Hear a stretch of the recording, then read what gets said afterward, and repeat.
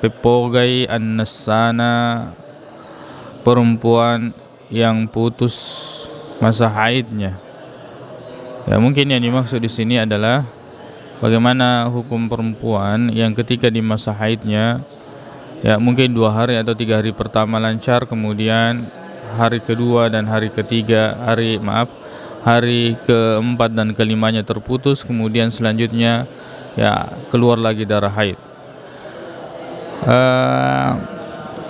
Perlu dia ketahui tentang berapa hari biasanya dia haid.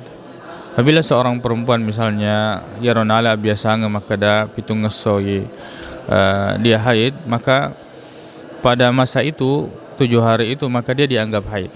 Jadi biar terputus-putus maka itu tetap dianggap sebagai masa haid. Biar 2 hari pertama lancar, kemudian tidak lagi, hari ke 5 dan ke 6 lancar dan seterusnya keluar darah, maka itu tetap dianggap sebagai masa haidnya sampai dia betul-betul bersih.